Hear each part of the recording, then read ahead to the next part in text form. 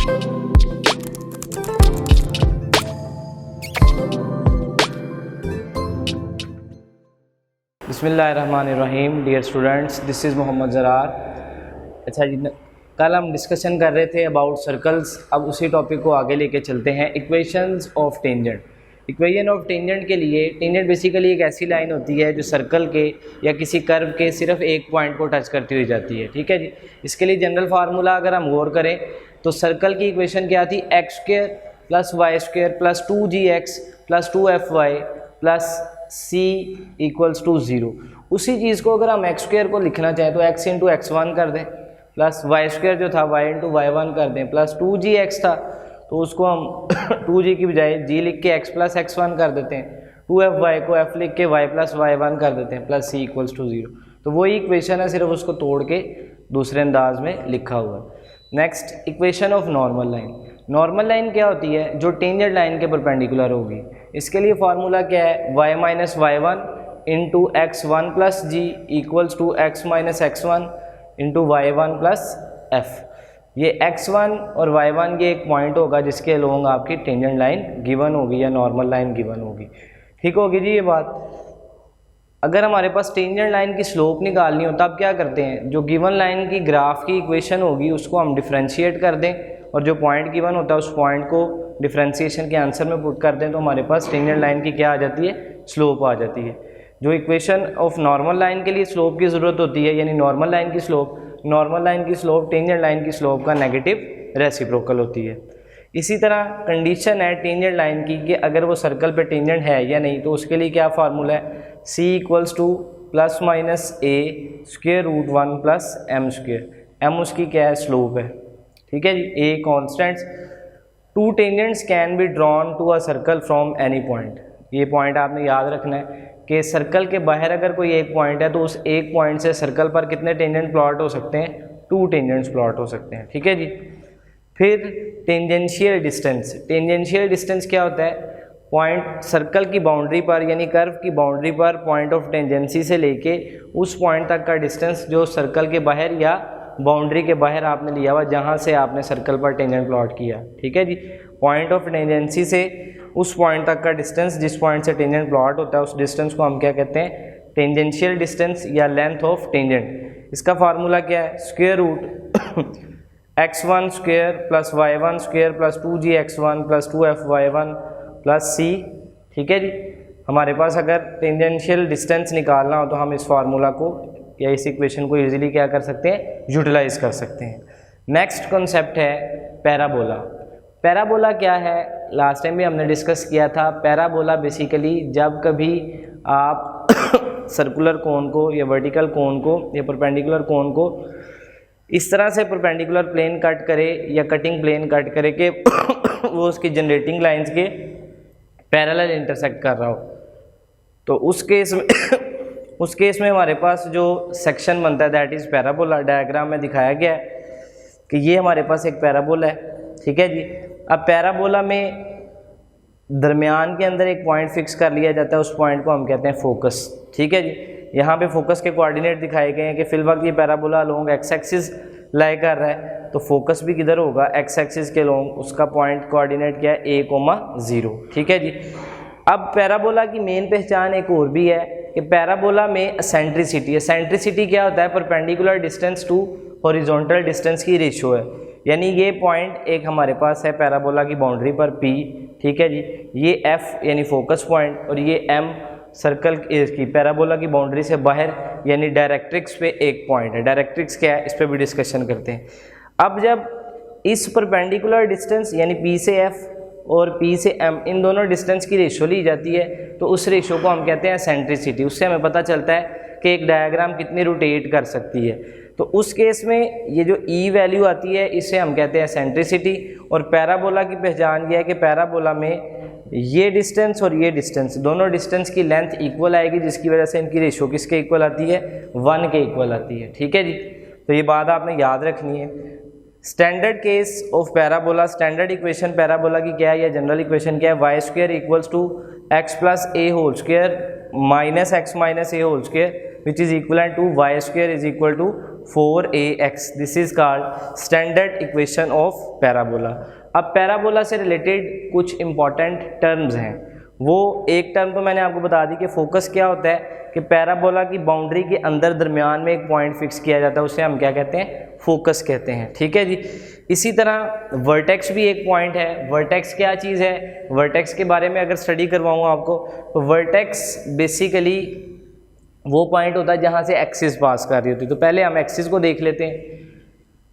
The line through the focus and perpendicular distance, यानी वो line जो फोकस से पास कर रही है और परपेंडिकुलर है किसके, डायरेक्ट्रिक्स के, is called axis of parabola. अब डायरेक्ट्रिक्स क्या है देख लें। ये पॉइंट हमारे पास फोकस आ गया।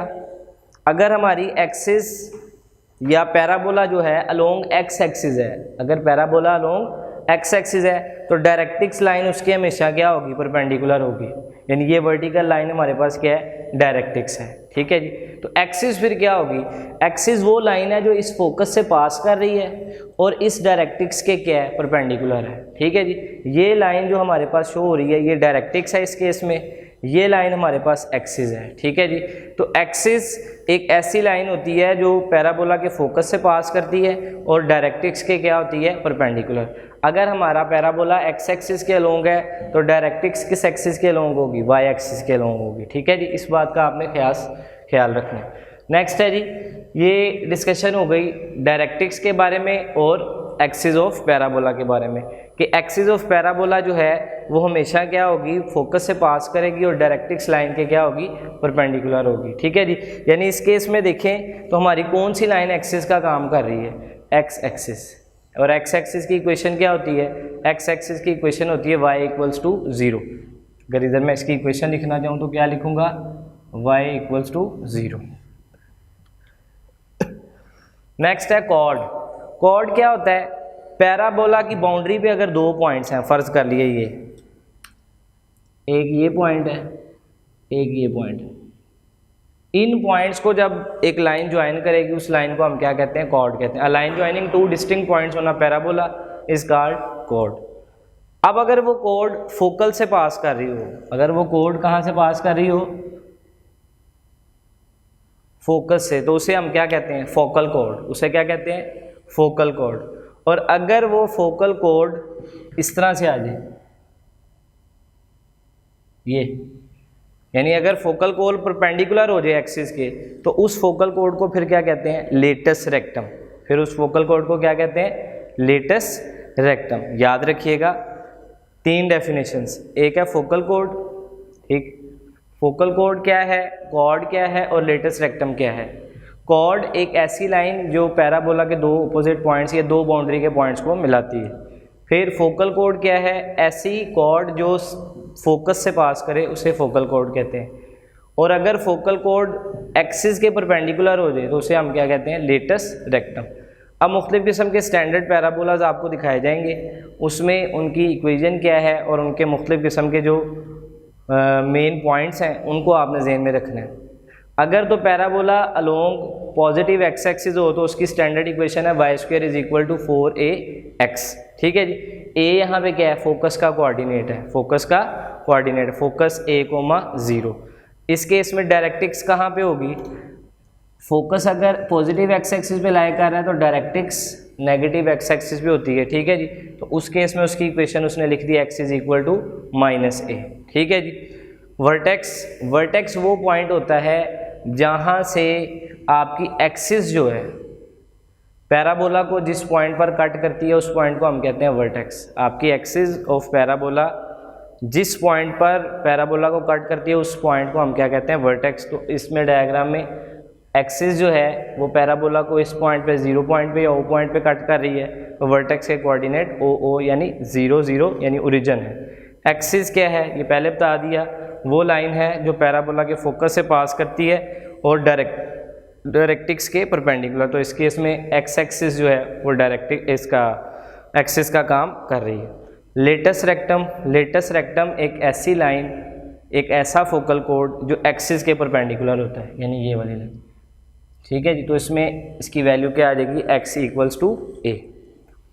नेक्स्ट अब हम बात करते हैं सेकंड डायग्राम की। सेकंड डायग्राम में जो हमारा पैराबोला है वो अलोंग नेगेटिव एक्स एक्सिस है, फोकस आ जाएगा अब आपका नेगेटिव एक्स पे, ठीक है जी, यानी -a,0। इक्वेशन भी क्या हो जाएगी, y² = -4ax।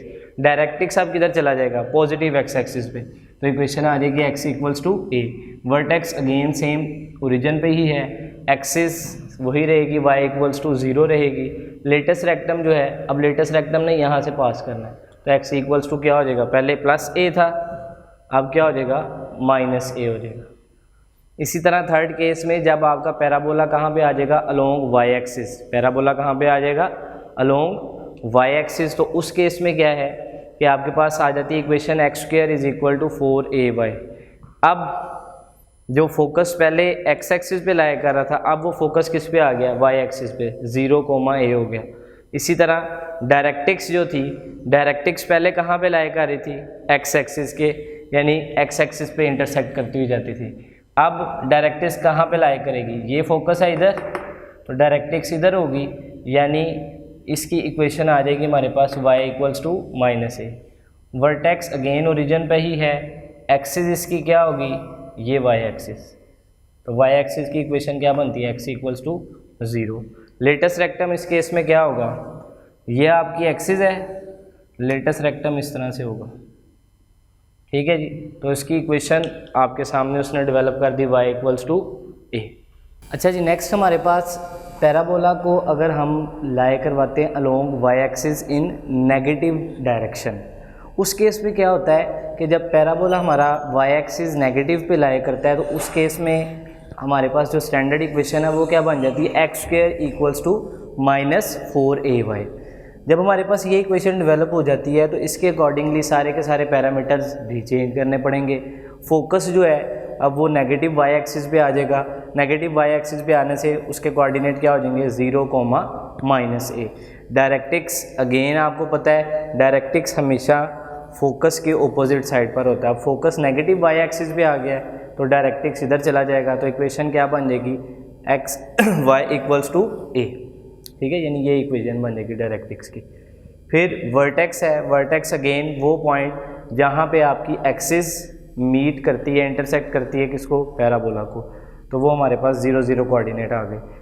एक्सिस क्या है, एक्सिस y एक्सिस है इस केस में, ठीक है जी, y एक्सिस जो है वो एक्सिस का रोल प्ले कर रही है, तो उसकी y एक्सिस की इक्वेशन क्या होती है, x = 0। नेक्स्ट है latus rectum. Latus rectum again आपको पता होना चाहिए कि लेटेस्ट रेक्टम वो परपेंडिकुलर लाइन है जो प्रिंसिपल फोकस या फोकस से पास करेगी और आपके एक्सिस के क्या होगी, परपेंडिकुलर, ठीक है जी। इस वजह से इसकी इक्वेशन क्या आ गई, y = -a। ये तो था पैराबोला के अकॉर्डिंग डिस्कशन।